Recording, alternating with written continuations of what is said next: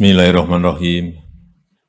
Assalamualaikum warahmatullahi wabarakatuh. Waalaikumsalam warahmatullahi wabarakatuh. Selamat pagi, salam sejahtera bagi kita semuanya. Om Swastiastu, Namo Buddhaya, salam kebajikan. Yang saya hormati Wakil Presiden Republik Indonesia ke-6, Bapak Tri Sutrisno, yang saya hormati Ketua Umum LVRI, Bapak Majen TNI Saiful Sulun, dan yang saya hormati Ibu Ketua PIVERI, Ibu Femi Iman Lazar, yang saya hormati para Menteri Kabinet Indonesia Maju yang hadir, Pak Menko Polhukam, Pak Menteri Pertahanan, Bu Menteri Sosial, yang saya hormati Kapolri, beserta seluruh jajaran TNI dan Polri yang hadir, yang saya hormati para senior, Bapak Subroto, Ibu Ayani,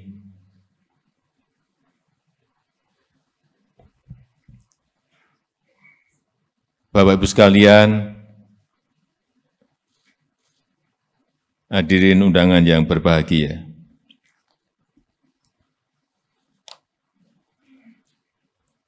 Pertama-tama kami,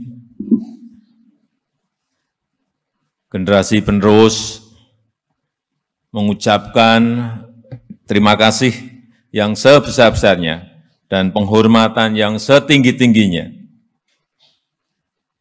kepada para anggota Legiun Veteran Republik Indonesia di seluruh tanah air yang telah berjuang merebut dan mempertahankan kemerdekaan serta tidak pernah lelah terus berbakti pada Ibu Pertiwi sampai saat ini.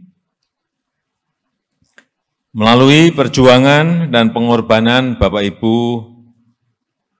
Negara Kesatuan Republik Indonesia NKRI berdiri tegak. Republik Indonesia terus bergerak maju berdasarkan Pancasila dan Undang-Undang Dasar 1945 dan terus bekerja keras mewujudkan cita-cita para pendiri bangsa. Bapak Ibu sekalian yang saya hormati, situasi saat ini adalah situasi yang tidak mudah. Situasi yang sangat-sangat sulit untuk semua negara. Lembaga-lembaga internasional menyampaikan 66 negara berada pada posisi yang rentan untuk kolaps. Saat ini 345 juta orang di 82 negara menderita kekurangan akut dan kelaparan. Artinya ada krisis pangan. Tadi pagi saya mendapatkan telepon dari Menteri Keuangan dari Washington DC yang menyampaikan sudah 28 negara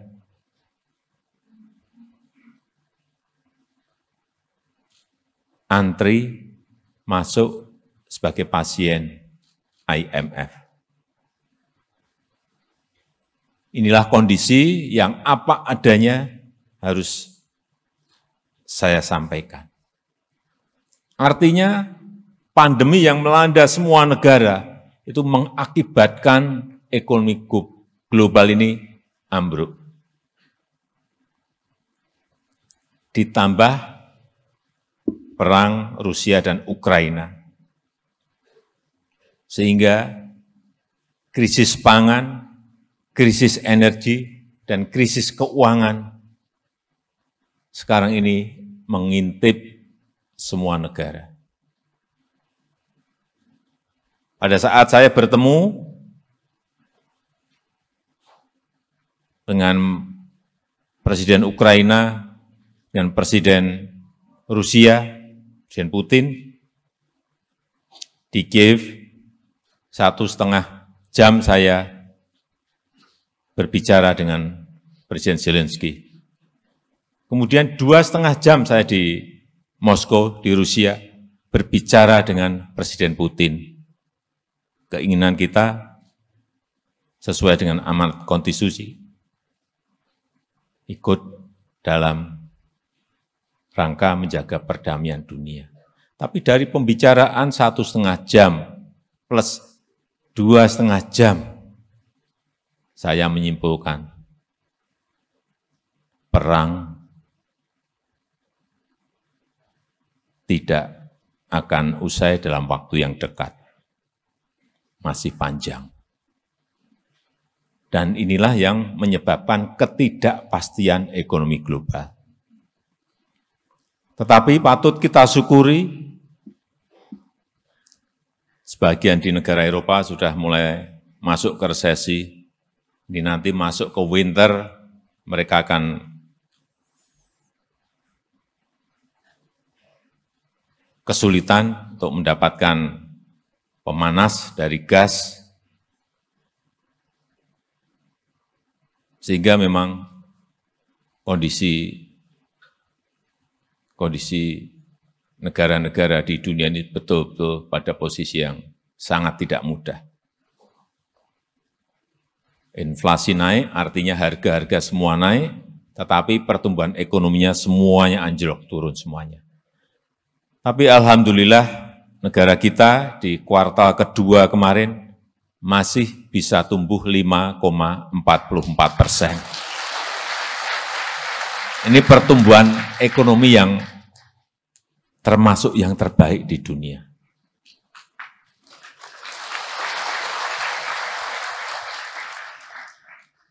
Karena hal-hal yang fundamental, reformasi struktural, reformasi birokrasi terus kita jalankan. Meskipun pandemi, ketahanan pangan kita, alhamdulillah, baru saja 3 bulan yang lalu, kita mendapatkan sebuah sertifikat dari International Rice Research Institute yang dinyatakan di situ bahwa ketahanan pangan Indonesia, sistem ketahanan pangan Indonesia pada posisi yang baik dan sudah swasembada beras sejak 2019 yang lalu. Ini yang harus terus kita tingkatkan, sehingga keamanan pangan di dalam negeri bisa terus kita jaga, dan kalau bisa kita tingkatkan, sebagian bisa kita pakai untuk membantu negara-negara lain, yaitu kita ekspor.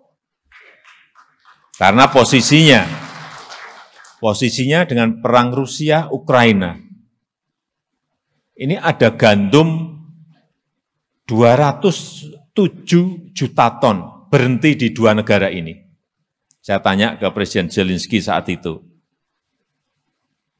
ya kami punya stok di gudang itu 22 juta ton, dan panen di bulan ini ada 55 juta ton, artinya 77 juta ton ada di Ukraina. Waktu diskusi dengan Presiden Putin, beliau juga menyampaikan kami punya stok 130 juta ton. 130 ditambah 77 berarti 207 juta ton berhenti di kedua negara karena perang. Sehingga Afrika dan negara-negara lain yang membutuhkan gandum semuanya berada pada posisi kesulitan dan harganya naik. Inilah kondisi yang kita semuanya harus menyadari dan bersyukur bahwa urusan pangan di negara kita dapat kita kelola, kita kendalikan dengan baik, sehingga tetap terjaga baik stabilitas harga maupun pasokan stoknya. Kemudian hal fundamental yang paling penting, yang ini akan memberikan sebuah daya saing yang baik bagi negara kita kalau berkompetisi dengan negara-negara yang lain, yang sudah juga sering saya sampaikan, yaitu infrastruktur. Tanpa itu jangan kita bermimpi bisa bersaing dengan negara-negara lain.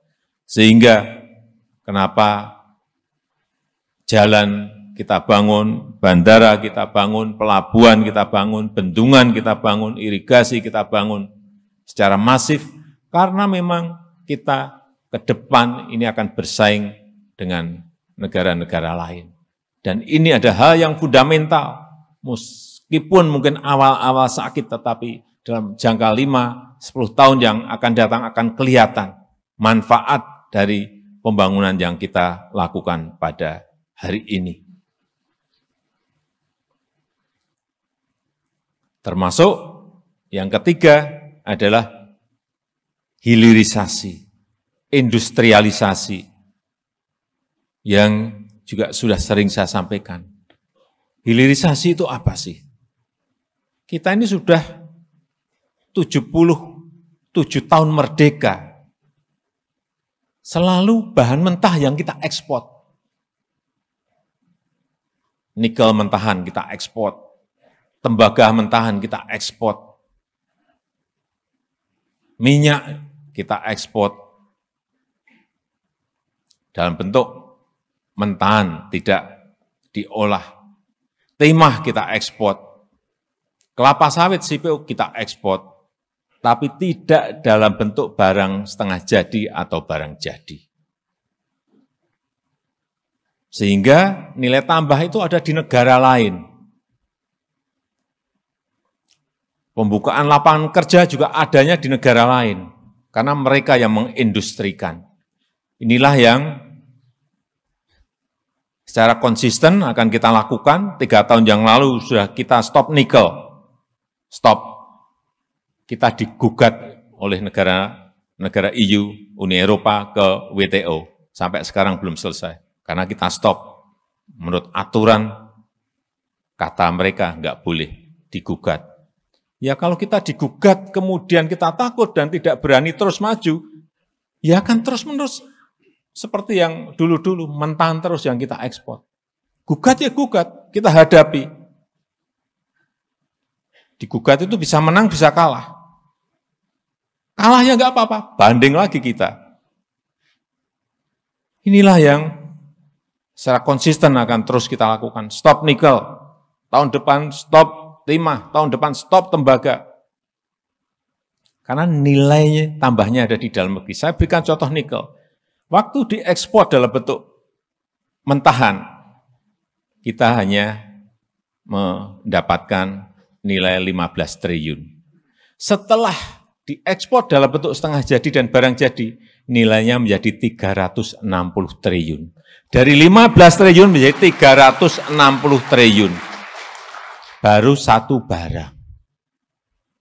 Kalau barang yang lain, tembaga nanti begitu ini, smelter di Gresik selesai.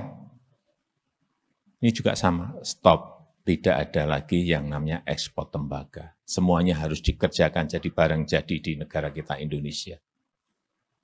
Saya baru saja ke Tembagapura melihat Freeport dan perlu saya sampaikan kepada para senior, para sesepuh, bahwa Freeport sekarang ini mayoritas sudah milik Indonesia, bukan milik perusahaan Amerika lagi. Karena sebelumnya kita hanya diberi 9,3%. 3 tahun kami negosiasi, sangat alot sekali, dan kita sekarang sudah memegang mayoritas 51%. Saya dulu-dulu nggak mau ke Freeport karena itu bukan milik kita, tetapi sekarang saya ke Freeport karena jelas itu sudah menjadi milik BUMN kita, artinya milik pemerintah Indonesia. Dan juga yang saya senang waktu ke sana saya cek ini karyawannya. Saya dengar banyak yang boleh, enggak Pak, Sekarang 98% itu adalah Indonesia. Dan yang saya senang lagi, 40% itu adalah Papua. Masyarakat Papua. Ini ada sebuah transformasi teknologi, ada sebuah transformasi ekonomi yang kadang-kadang kita nggak sadar. Saya baru sadar setelah masuk ke sana, baru sadar bahwa ini transformasi ekonomi yang kita lakukan. Kalau ini konsisten kita terus lakukan, tanpa kita takut digugat, tambah nilai tambah nanti akan melompat. Saya suruh ngitung kemarin Bu Menteri Keuangan, coba dihitung. Kita dari Freeport ini dapat berapa sih? Dulu ya dapat dividen 9% tadi.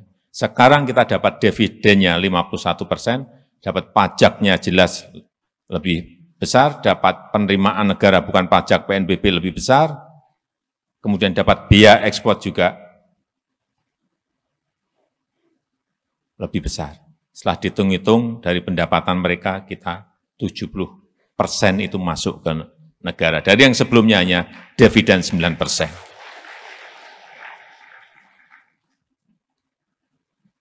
Kemudian juga blok rokan. Kalau Freeport itu sudah 51 tahun dikuasai oleh Freeport McMoran dari Amerika. Kemudian untuk yang di blok rokan, ini urusan minyak dan gas, yang sudah 97 tahun dikuasai oleh Chevron. 97 tahun. Sekarang juga sudah 100% dimiliki oleh kita sendiri.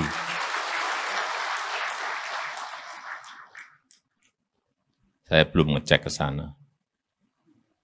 Kan dalam bulan-bulan ke depan saya ingin cek apakah ada peningkatan produksi, peningkatan income dari pengambil alihan seperti ini. Saya yakin sekarang anak-anak muda kita, SDM kita, saya merasa sudah siap dalam pengambil alihan seperti itu. Ini akan terus kita lakukan sehingga target dari yang sudah kita hitung nanti di tahun 2030-an Indonesia akan masuk nomor 7 GDP yang paling besar dunia. Dan pada saat Indonesia emas, hitungan kita sudah masuk ke 4 besar atau 5 besar ekonomi dunia. Asal konsistensi ini terus kita jaga. Siapapun nanti pemimpin, presiden negara ini, konsistensi itu harus kita jaga dan terus kita ingatkan. Jangan kembali lagi ke ekspor mentah lagi. Hati-hati, kita semuanya harus mengingatkan ini. Meskipun sekali lagi kita digugat. Tapi kalau kita digugat, ragu-ragu dan mundur lagi, kapan lagi kita akan bisa menikmati komoditas-komoditas yang dan kekayaan alam yang dimiliki oleh negara kita. Saya rasa itu yang ingin saya sampaikan dalam kesempatan yang baik ini, dan dengan mengucap Bismillahirrahmanirrahim, pada siang hari ini saya resmikan pembukaan Kongres ke-12 Legiun Veteran Republik Indonesia LVRI dan Munas ke-11 Persatuan Istri Veteran Republik Indonesia PVRI. Terima kasih. Wassalamualaikum warahmatullahi wabarakatuh. Kami akan menjamu Yang Mulia dan Bapak Ibu di hamparan pantai Bali yang indah yang menginspirasi gagasan-gagasan inovatif untuk produktivitas G20 ke depan. Sampai bertemu di Indonesia, terima kasih.